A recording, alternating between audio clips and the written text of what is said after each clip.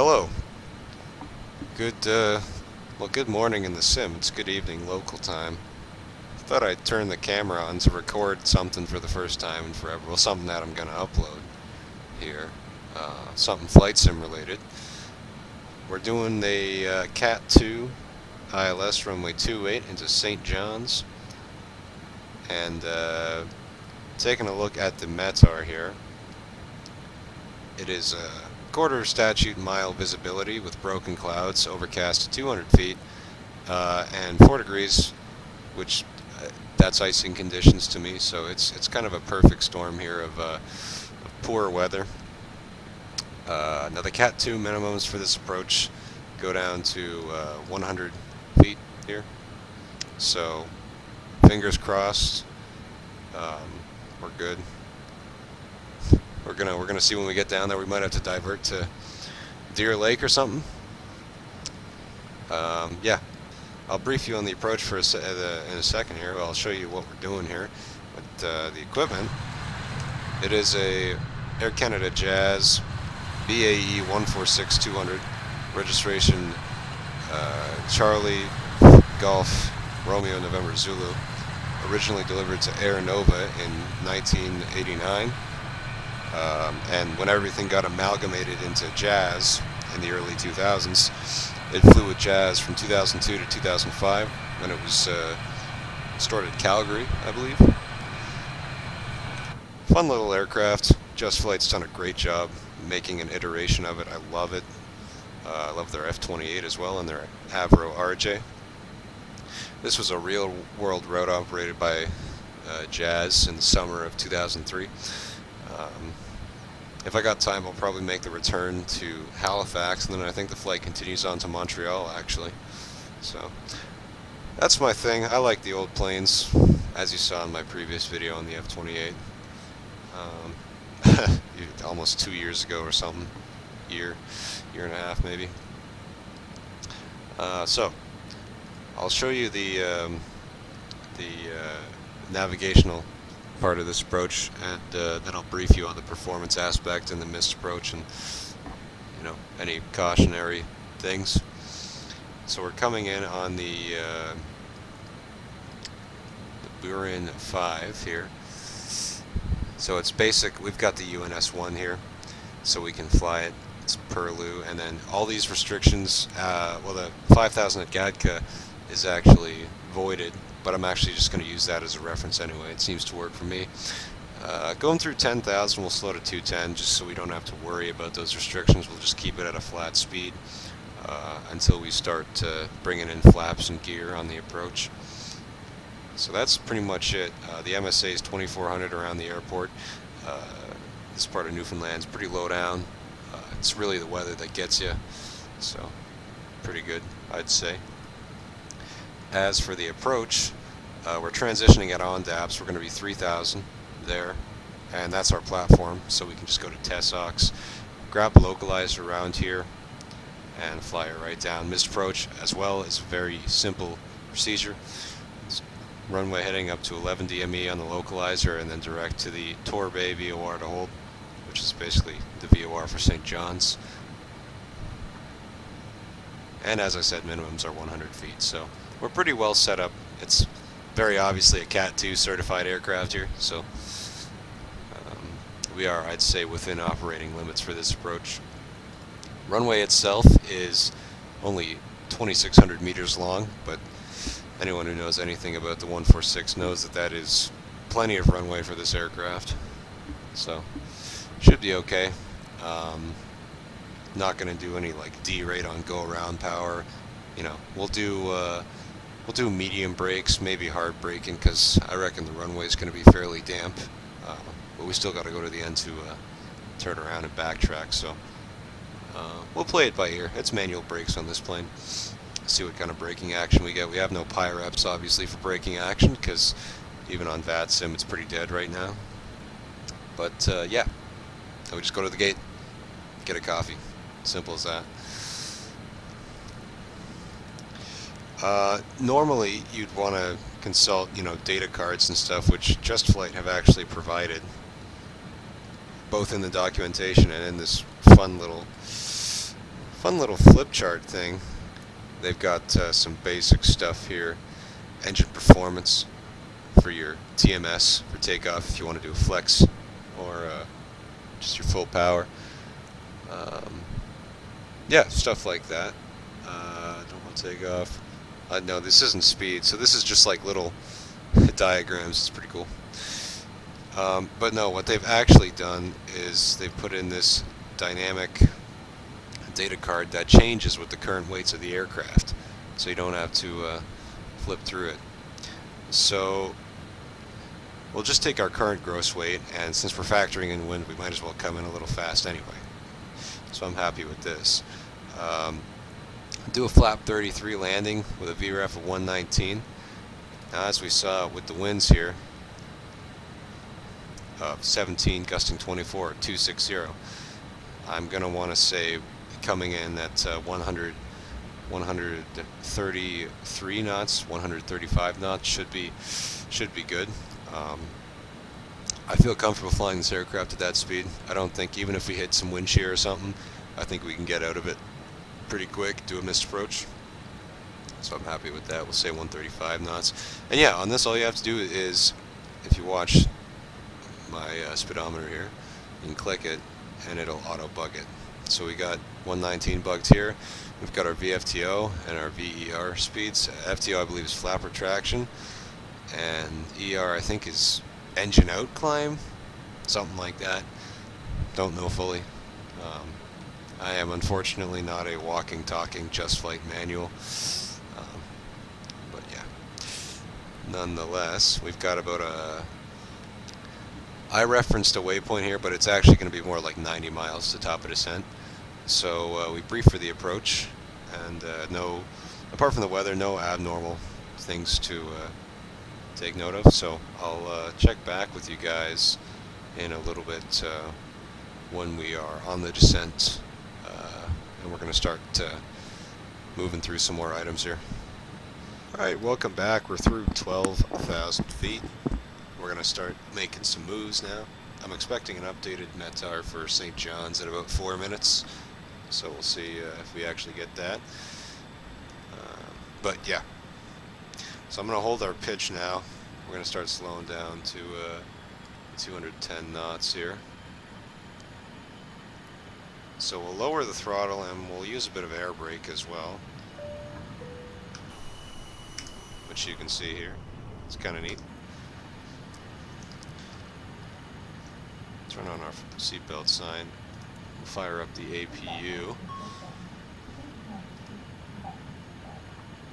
And the APU air for when we need it. AC pump, I forgot to use your checklist, man. I forgot to turn that off on the climb out from Halifax, but it's on now, so that saves me the time. Gives ourselves a little bit more air brake, lower the throttle, and just throw our landing lights on early here, and we'll go through our descent, no, our approach checklist. Altimeters are set, 2917. Seatbelts are on, APU is on, brake fans are on. Auto, actually, sorry, turn them on auto now.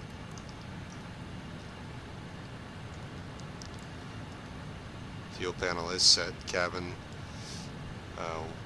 worn, I guess, we'll do that. See what that gets us. Go back to IAS hold now. Ah, that is the issue.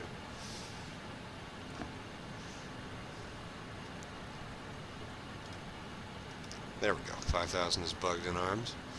Okay, and the approach checklist is complete. We'll do the landing checklist, I guess when we get to ONDAP at 3,000 feet.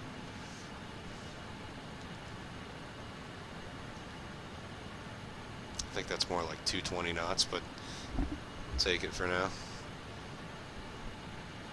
Actually, no, I won't take it. I'm going to be a stickler here for restrictions. I wonder at what point does the gear horn sound? Hmm. I could have sworn there was one in this aircraft, but I guess not. Oh, there we go. Just loading the airport, I guess. Yeah, we'll use a bit of. I'm gonna put it out, and it's really loading stuff. And I'm gonna put it out, and I'll show you here. It is, yeah, it's such a cool little thing. Got it on the F-28 as well, which is, you know, cool. I like it.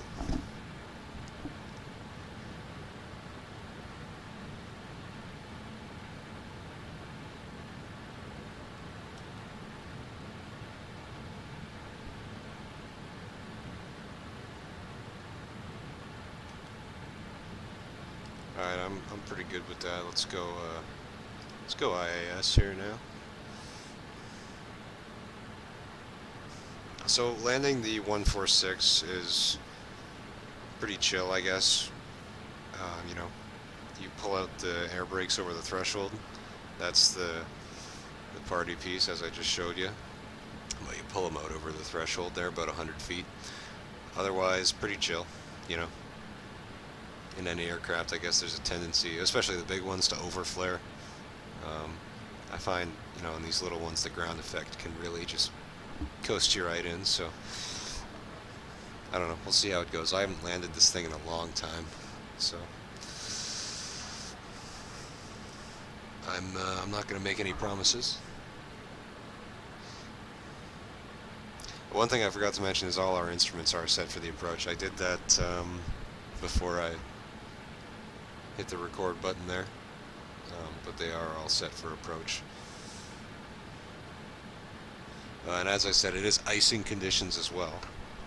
Showing about 0 degrees on the OAT gauge. So when we start getting into the clouds here, I'm going to throw on the engine anti-ice and keep our hands on the airframe anti-ice, I guess, if we need it. I think it might be on auto, actually. No. Ice detect. Should be on. Don't know why that wasn't there before, but anyways, it's on now. So we'll keep our hands covered on that. We're about to pass Lodgu. We're pretty bang on profile. I'm happy to hold 5,000 for like 15 miles.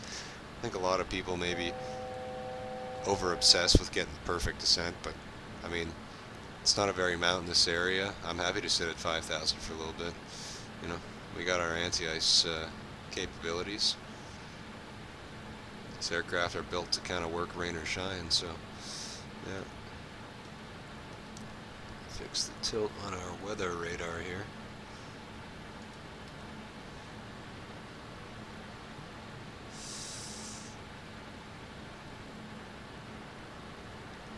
And now we're turning to Lateg, Exata, and then Gadka.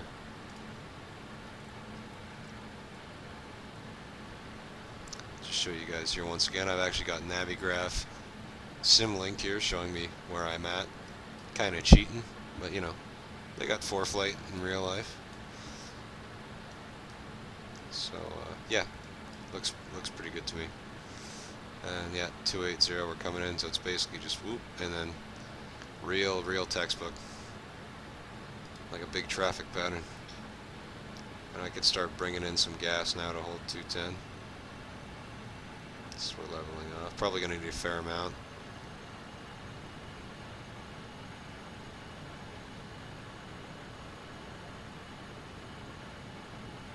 And the next altitude we'll have is 3,000, so I'll get that bugged for when we need it.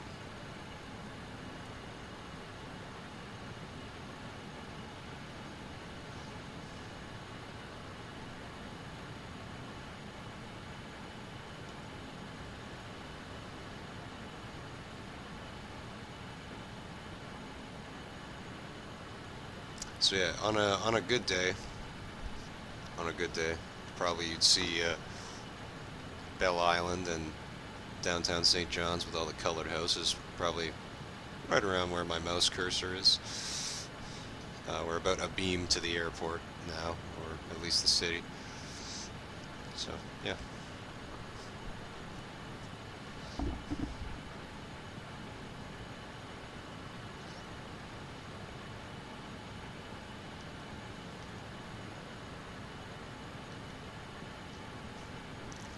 Now, my main fear of this is I got to get a screenshot, you know, I got to get that money shot for the thumbnail for this video. And obviously it's going to be, you know, fully configured in the soup with like, you know, 800 feet to go. So I got to remember that and then be quick with it, so that I don't, you know, lose track of anything, especially speed and wind shear too. I got to be ready to just hit the gas and get out of there if this thing starts rocking too crazy. Because I don't think we've got wind shear alert prevention distress signal, whatever you call it, on this. I think it's you know, 1982, man. It's when this thing first flew. So I don't think they even knew what a microburst was yet. Don't quote me on that.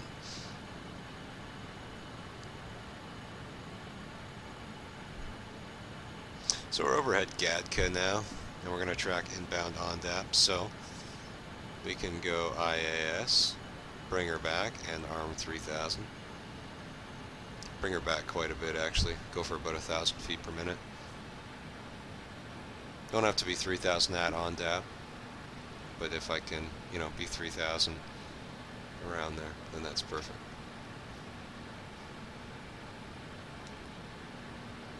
And we are going to be getting to the soup here in a second, so I'm going to go ahead and turn on the engine anti-ice.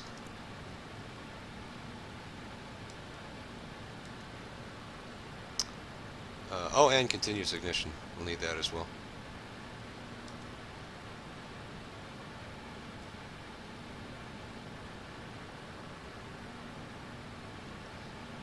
That's another 10,000 foot check I forgot.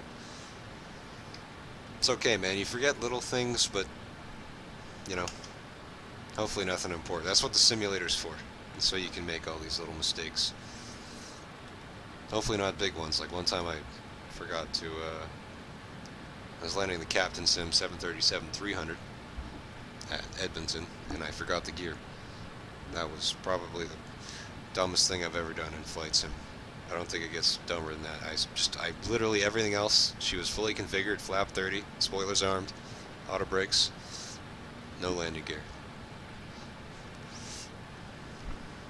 Did not remember that. Also, it's going to be obviously a pretty sharp turn to ONDAP here, and it's not, you know, drawing a line like an Airbus would. So it's probably going to overshoot a little bit, but we should be perfectly fine to intercept. Like, it might just do a curve. Well, I'm hoping it does like a curve there, but I don't think we'll have any problems intercepting.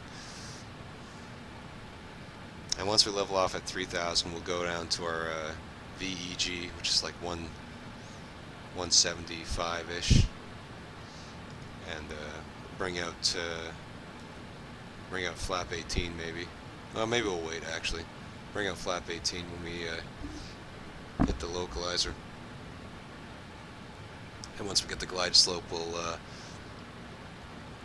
get her configured and run the approach or the landing checklist.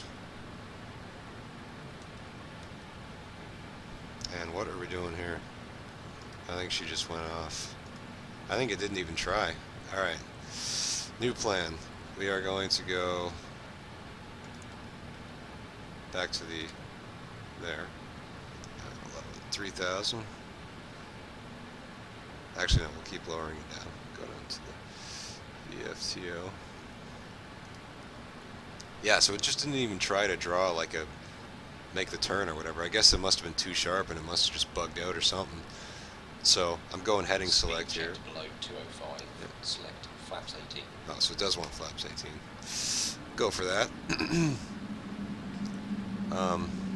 No DME yet. We do have a localizer. But yeah, I'm just going to go like on a manual intercept here.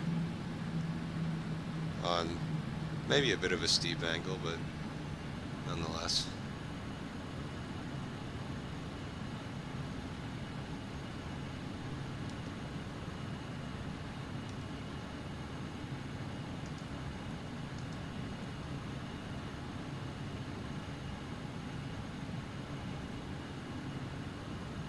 Localizer armed. Localizer armed. Okay. See, it's tough to manage your speed and everything. The workload gets up on you like that.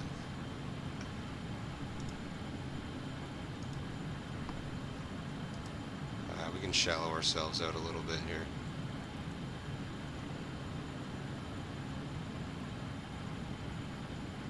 And we can bring the speed up as well. Localizer captured. Localizer captured, okay. And we'll arm. ISO armed.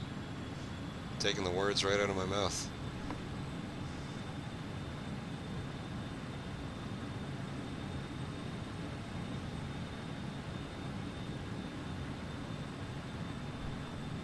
Still no DME.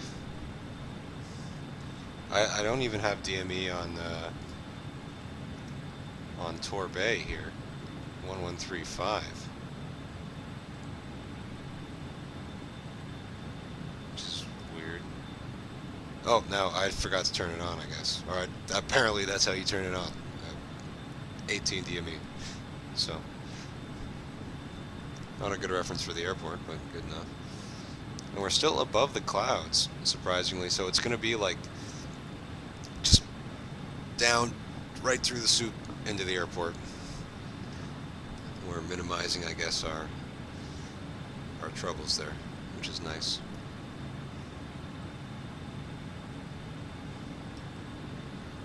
It says TSOX is 10 miles from the localizer, which we're overhead now. Oh, it's vectors. That's why. I forgot to change that. Alright, so let's just go direct TSOX here.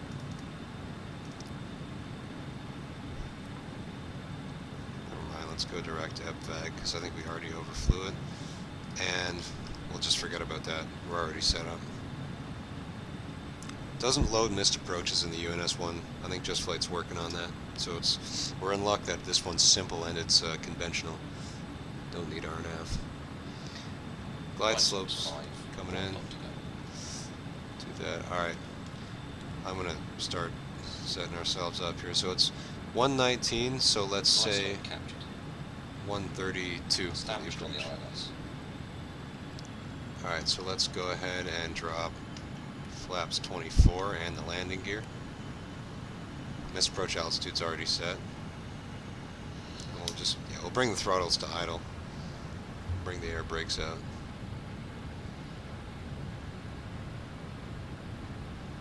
And we'll go flaps 30 degrees.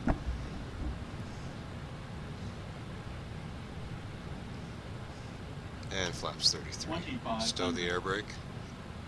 Start bringing the gas back in. 2500's checked. I got the radio altimeter.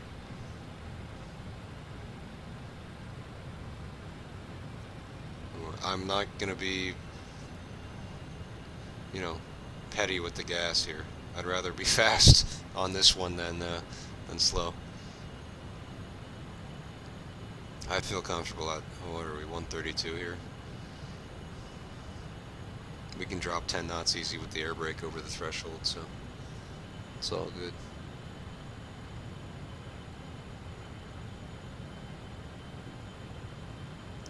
Okay, now's the time to get my money shot here.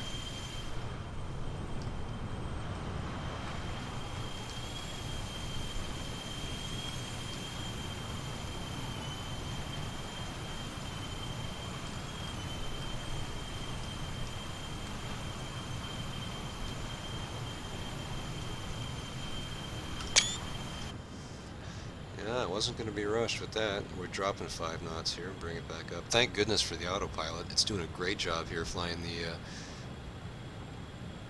actually hold that thought. It's a little bit low on the glide slope, but whatever. And still no DME on the localizer. Which is odd.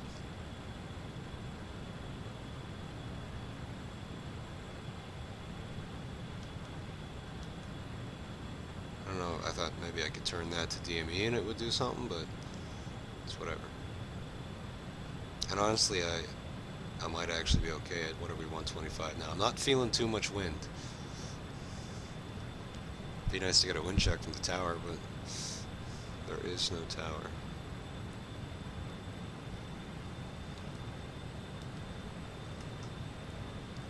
Okay, 3 miles out.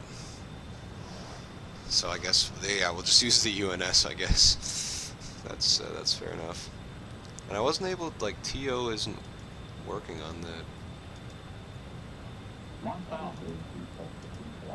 on the thing, so I don't really know how to arm go around power.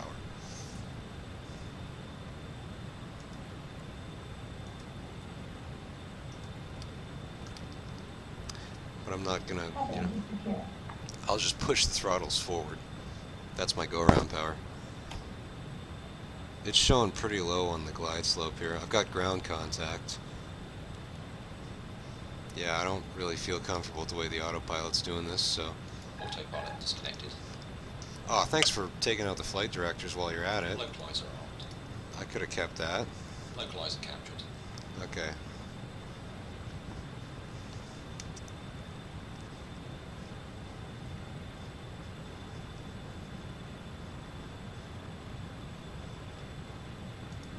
Can I not arm glide slope? Okay, I got runway. Never mind then. Fast. We're pretty fast here.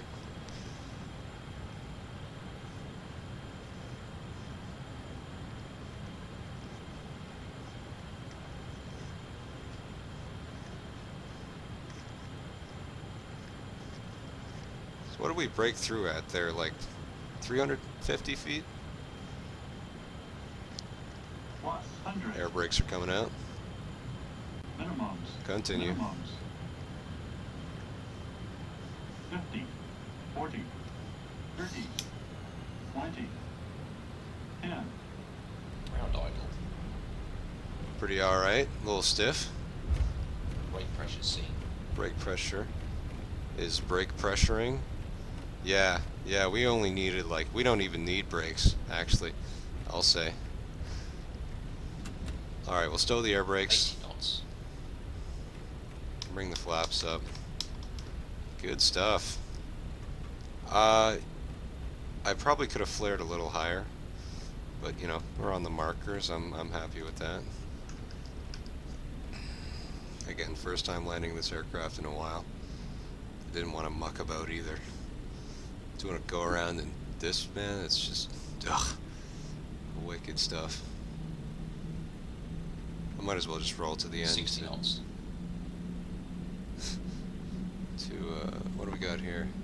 Can I flip around here?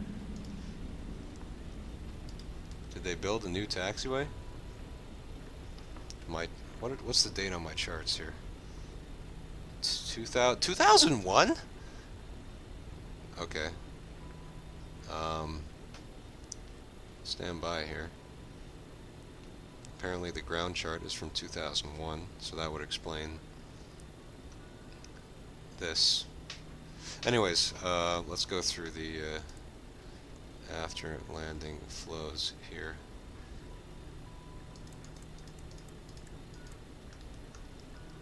This thing taxis really easy, might I add. Take out our strobe light. What's our brake temperature? 178, eh?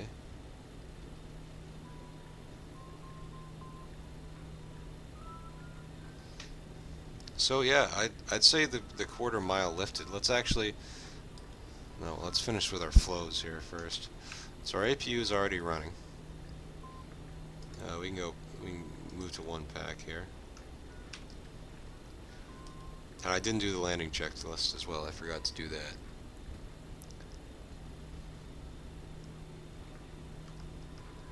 Yeah, and I couldn't figure out how to set the... Oh, now it is. Now it's on GA. That's weird. I don't know why I could... If any Just Flight guy watches this, can you tell me why I couldn't get GA on the approach? Kind of stumped there. Anyways, after landing, air brakes, spoilers are in, flaps are up, lights are set. TMS, we can shut her down.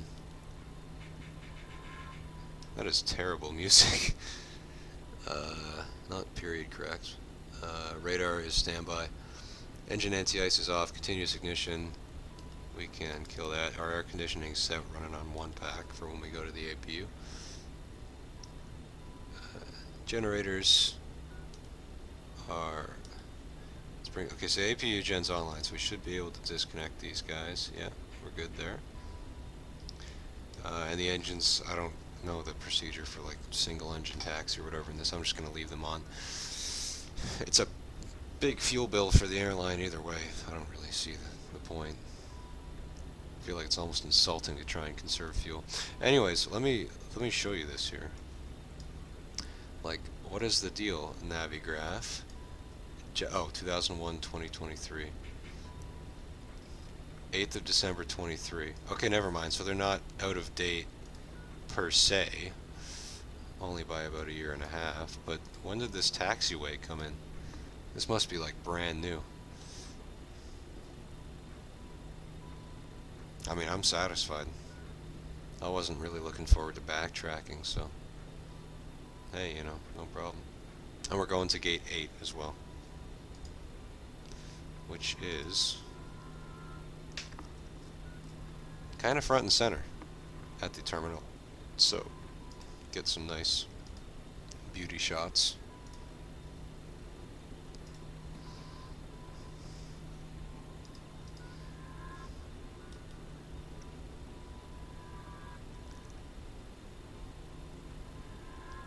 There's another route that I want to do as well, that goes from Halifax to Deer Lake, and then Gander, or it goes to Gander with a stopover in Deer Lake. This is, you know, St. John's is cool, but Gander especially. A lot of history aircraft-wise with Gander, as many may know.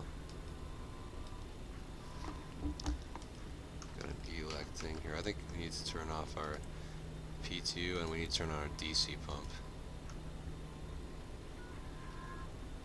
Or no, that's probably just generator stuff.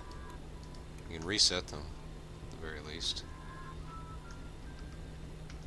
I don't think we need our DC actually. I'm still getting used to the yellow and the green systems and how it's sort of the relationship between the APU and the engines. When you're switching from aircraft to aircraft in the sim, it's easy to forget those little rules of thumb. And we are moving here. That's almost the speed limit. Huh, and the terminal's funny too.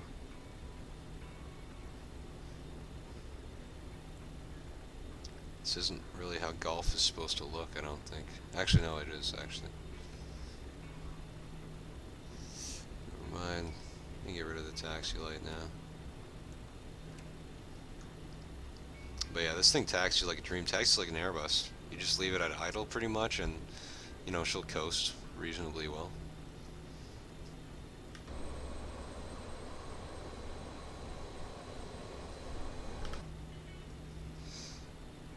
St. John's. Where are the jetways? This is not good.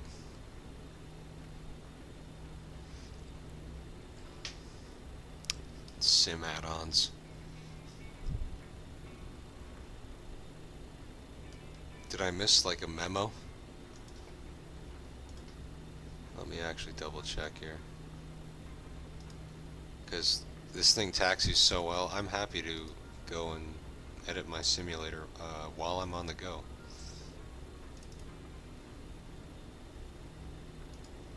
Yeah, I don't see.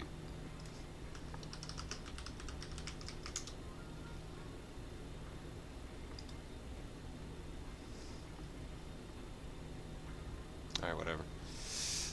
So we are near gate 8 here. Let me see if I can spot it. I think that is 8 there. Yeah, unfortunately, there is no jetway. Good thing this thing's got built-in stickers, I think.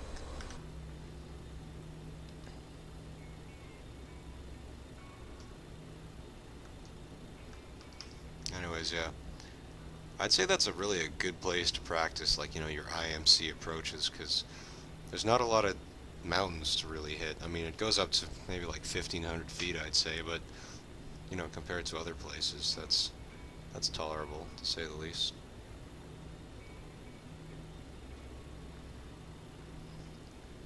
And I don't know, we'll stop it like right there. I'm satisfied with that.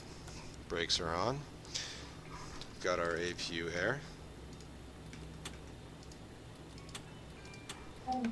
We can go ahead and shut everything down.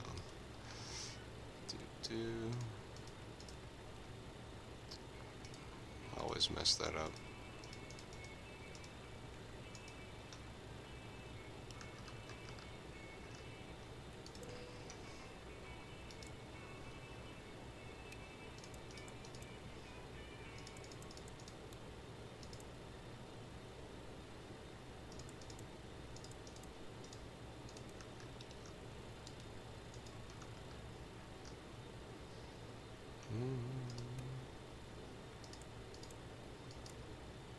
Not our P2.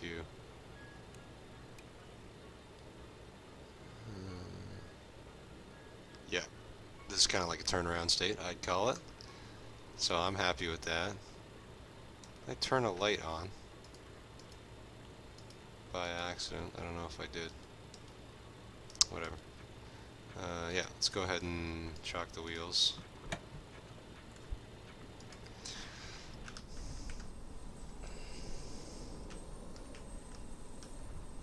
Well, if there was a jetway, that would be nice. But yeah, there's no jetways here, weirdly enough. I'll figure that out later. It does still say St. John's though, so I know where I am. Anyways, that was the approach there. That went really well, I'd say. We broke out at about, realistically, I'd say 400 feet. I'll go back and check the recording to when we saw the lead-in lights there.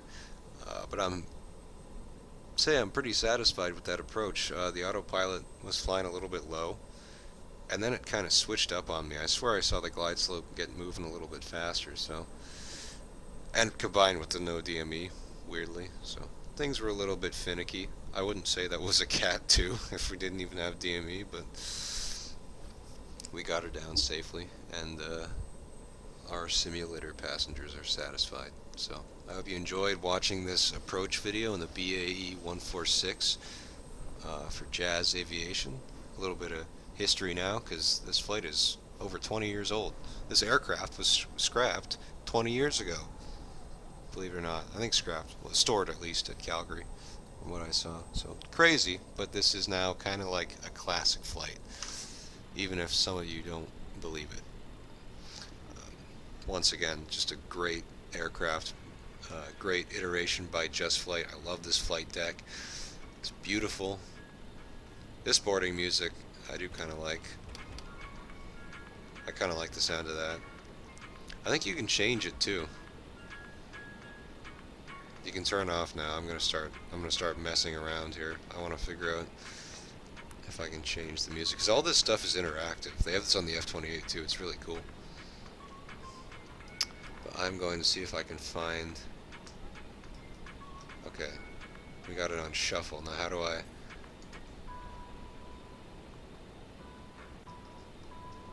Can I turn it up? Oh yes, I can. Doesn't seem to really turn up. I don't really like that. That's pretty stereotypical. I do like that.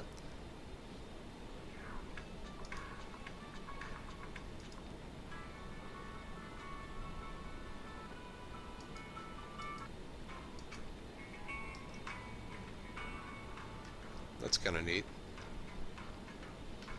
Cabin as well. I mean, you know, 6, 12, 16, 20, 40. Probably seat like 100 people, I'd say. Pretty ergonomic.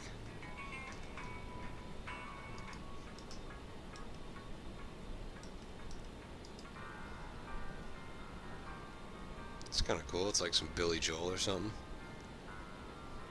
Watch, it's going to come in copyright strike this video because it vaguely sounds like a piano. Alright, and there you go. That's, if you haven't already shut down the video, that was my review of the Just Flight boarding music. Coming back to the flight deck here. I'd probably be getting ready for the sector to Montreal with the Halifax stopover. But nonetheless, I hope you enjoyed watching. See you guys in the next one. I guess if I ever decide to upload again. Yeah. Sorry again about the scenery not working. That's dumb. But yeah. Bonne journée.